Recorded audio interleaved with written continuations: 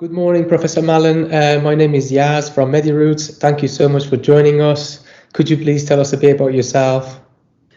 Morning, morning very much, Yaz, and thank you very much for asking me to chat today. So I'm Christian Mallen.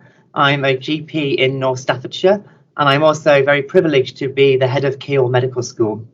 So I've been in North Staffordshire now for around 20 years. In fact, I started at Keele 20 years next month as a junior GP academic, where I combined my GP training with academic training. So I was a very early GP academic extension, and at that point I realised I loved it, although I didn't think 20 years on I would be head of the medical school and still so heavily involved in academia. I'm very lucky that I still do half a day a week in clinical practice just down the road in Clayton, which I thoroughly enjoy. I have a number of other roles. So in addition, I'm an NIHR research professor, and I am very privileged to be director of the NIHR School for Primary Care Research, which is a collaboration of the 9 leading primary care research centres in England. So I have a very mixed, varied job, and it's very exciting and keeps me very busy. Okay, that sounds like you're doing a lot every day. So how does it feel to be a GP half a day? What I know most of people know what GPs do. You're doctors, we treat patients, but what do you do on daily basis? And in terms of academia and being a head of a school, how does your daily life look like when you're at work, when you're at home? Is it a good balance? That's a really good question, and I think it's very hard to answer, to be honest. I think no 2 days are the same, and I think that's why I like the job. When I'm in practice, I'm very lucky. I only do half day in practice, and I work in a very supportive practice where I was previously a partner, so I still know a lot of the staff and the patients very well. I find my practice time is where I get to think. It's incredibly busy, as all general practice is, but every patient presents a unique problem and a unique set of circumstances, and I find that challenge really interesting, and I try to integrate that with the work that I do at the university.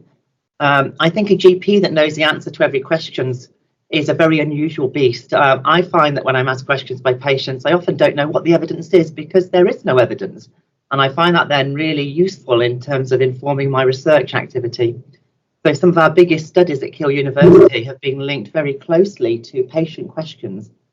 So patients asking me, when do you think my polymyalgia is going to get better, doctor? And we look at the literature together and we can't find an answer that applies to general practice. So we go about getting that evidence. So when I'm not at the practice, I'm at the university, and that's a mixture of research and education. I run a number of different clinical projects at the moment in different areas, but mainly focusing on mental health, musculoskeletal problems and global health. I work with an amazing multidisciplinary team at Keele, which is really exciting and brings lots of different perspectives to answering difficult questions. There's also, as you can imagine, there's quite a lot of administration and management work in my job, and if I'm being honest, they're the bits I enjoy least. I like to be hands-on in the research and seeing patients as much as I can. How that fits in with home, again, is a very good question, and I think is very difficult. I've got 2 young children. I have a brilliant and very patient wife who lets all this happen. My wife is a full-time mom, and I think if she wasn't, I wouldn't be able to do half of the work that I do, because fitting that in with a family life would be very difficult.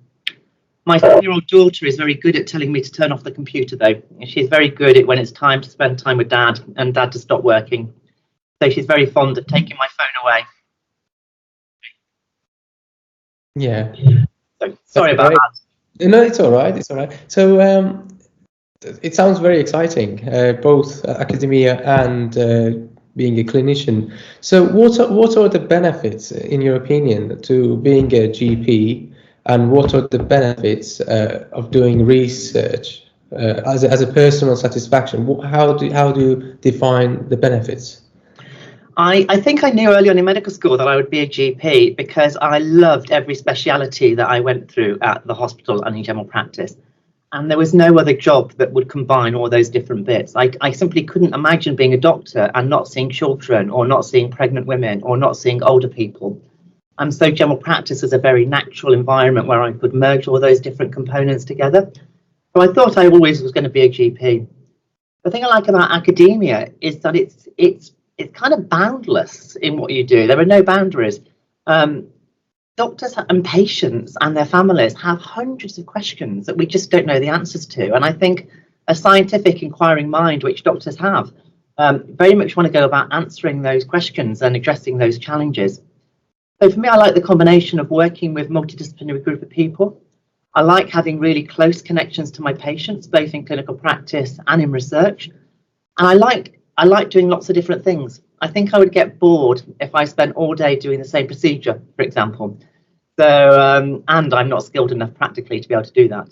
So I really like that combination of lots of different things, be unexpected. And I think the fact that you can't take anything for granted in general practice. So I think it's a great career. Okay. And do you think there is a good work-life balance for GPs and those who are interested in research? Or that doesn't exist? And job opportunities as well? I mean, I would love to say yes, work-life balance for GPs is fantastic. But as you know, the work doesn't stop in general practice. You know, you go home at the end of the day when the day's finished, and it's very unpredictable. And I think that makes a work-life balance quite challenging. I think many doctors are very caring, very compassionate, very empathic people. And it's quite hard just to forget about somebody who's suffering when you go home. So I think it is difficult to switch off as a doctor. And I think that's in all specialities. I don't think that's unique to general practice. With academia, again, I think it can be all encompassing. I think it's very hard having two part-time jobs because it always ends up being more than the sum. But I think you make those choices in your life. I think with COVID at the moment, still ongoing, and the backlog of work-life balance has become even more difficult.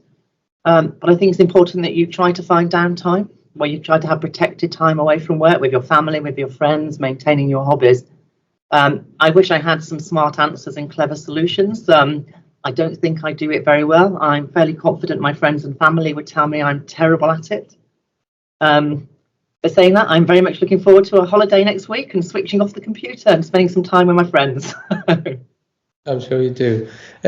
So we have heard about all this positivity of this both academia and being a GP. What are the drawbacks to each of these career paths? Like if you're a GP, what is it that people should be aware of before choosing this specialty? And those are really interested in research and becoming, more involved in universities. What is it that they should know and be aware of before deciding that career path? I think general practice is and always will be very busy as a job. Patient need is huge, and with the ever-changing evidence-based guidelines, it's a lot of work to keep on top of what you're doing, and I think that's always challenging for GPs. You have to know a bit about everything, and you have to know it increasingly to a very high level, and I think that makes the job more challenging. I think it also makes the job more fun, though. I think as GPs, we are lifelong learners, and I think we are very used to those kind of processes. I think the media isn't often helpful to general practice. I think when you read the papers, there aren't that many positive stories about how hard GPs have worked. And, just this week, there have been lots in the media around general practice closing down during COVID. Well, I don't know about you, but during COVID, I think my practice worked harder than they've ever done before. And I think some of that negativity can grind you down a little bit over time. Academia is a great job again, but I think there are additional pressures. I think gaining grants is challenging. Financially, it can make it difficult to do. Publishing papers can be disheartening when they get rejected from journal after journal, despite work that you think is of very high quality. But I think you do have to have quite a thick skin in academia to be able to put that behind you and to carry on. I think the main disadvantage of the two, though, is trying to combine two very busy, very difficult jobs and to maintain a life outside of work. So I think that's probably the negative bits for me. But I think finding the negatives is always quite hard because I think they are both really terrific jobs, and I feel very privileged to be doing them both. Yeah, that's great.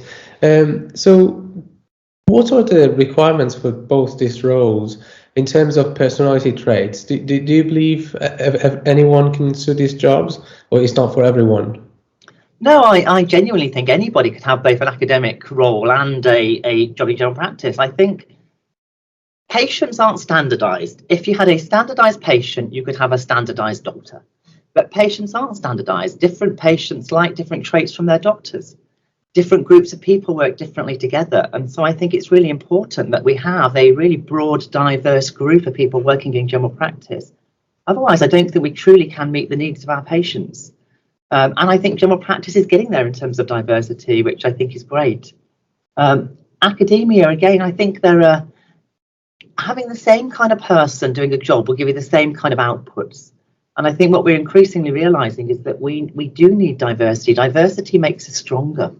And so I wouldn't say that you need to have certain characteristics. I think you need to be passionate and enthusiastic and want to do it. I think that's really important for every job. But I wouldn't want to say that you had to be X, Y, or Z to do academia or general practice, because I think there's a role for everybody. Okay, I see. Do you know how people can apply to become a GP, or how can they be involved in academia and be more academic? Yeah, so what I would recommend for people wanting to be involved in general practice and go into higher training for general practice is to look at Health Education England's website and the RCGP website. Guidance does change, and I wouldn't want to give people the wrong advice for this moment in time. Pathways into academic general practice are now more open than ever before. The National Institute for Health Research has a programme called Integrated Academic Training that allows you to combine your GP training with academic experience. So it basically extends your training by 12 months to allow you to be part of a university department to gain research skills. And that's a great entryway into research.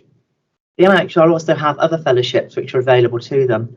And so if you're an experienced GP, been working clinically for many years and have not done research before, there are in-practice fellowships which you can apply for to buy you out of practice to get you involved in research. And there are also opportunities through the Clinical Research Network to get involved in research. So there are lots of studies where GPs are absolutely critical to their success in terms of recruiting patients to studies, in terms of monitoring patients' response. And the Clinical Research Network are very, very open to practices wanting to join, and they have a great programme to train people. I think more opportunities than ever before to get involved in academic medicine, and it's something I would absolutely recommend people get involved with. And if they want to get in touch and chat to me, I'm very, very happy to discuss at any point. That's amazing. Thank you. So if this is a tricky question, if you could go back in time, having lived through your specialty and your academia journey, if you were a medical student again, would you have decided to do the same job, the same roles, or would you have decided a different career path? No, I think I would go down the same career path. I think I have no regrets around it. I think I've enjoyed most of it. And I think I'm very excited about what the future holds in academic general practice. There are always challenges ahead. We don't know what the ICSs will bring. We don't know what Health Education England's priorities will be in terms of education. But I think it's a fantastic career and I have no regrets. That's great. What would your advice be for people who are like just starting the journey and they want to decide what a specialty is right for them? I know I chose general practice after years of research and discussing it with many consultants. How do you think people can make the right choice?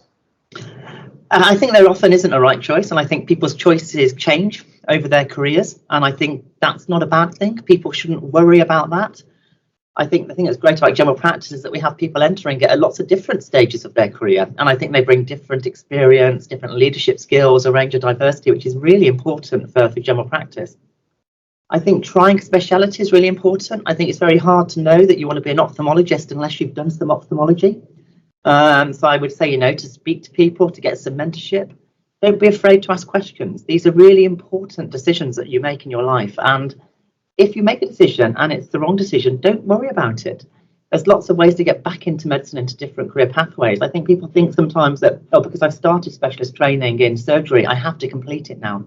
You don't actually. The more you do, you might realise it's not for you. That's not a weakness. That's a real strength, making that decision to change. And I would say, don't be afraid to do that. So I'd say speak to people and try things out. We're working a long time in our careers. I suspect we're not going to be able to retire until we're nearly 70. You can be unhappy a very long time if you make the wrong decision. So don't be afraid to spend time looking around before you actually commit. That sounds great. Thank you so much. You have given us your valuable time, and you have shared your valuable knowledge and experience of both academia and general practice. I'm sure many of our colleagues or future colleagues will benefit from this. So I'm really grateful, and thank you so much for your time. I know it's been great speaking to you. And as I said, if people want to get in touch and chat, particularly around academic medicine, I'm very, very happy to arrange to speak to people. That's amazing. Thank you so much, Professor Mallen. Have a good day. Good to meet you. Thank Bye. you. Bye-bye.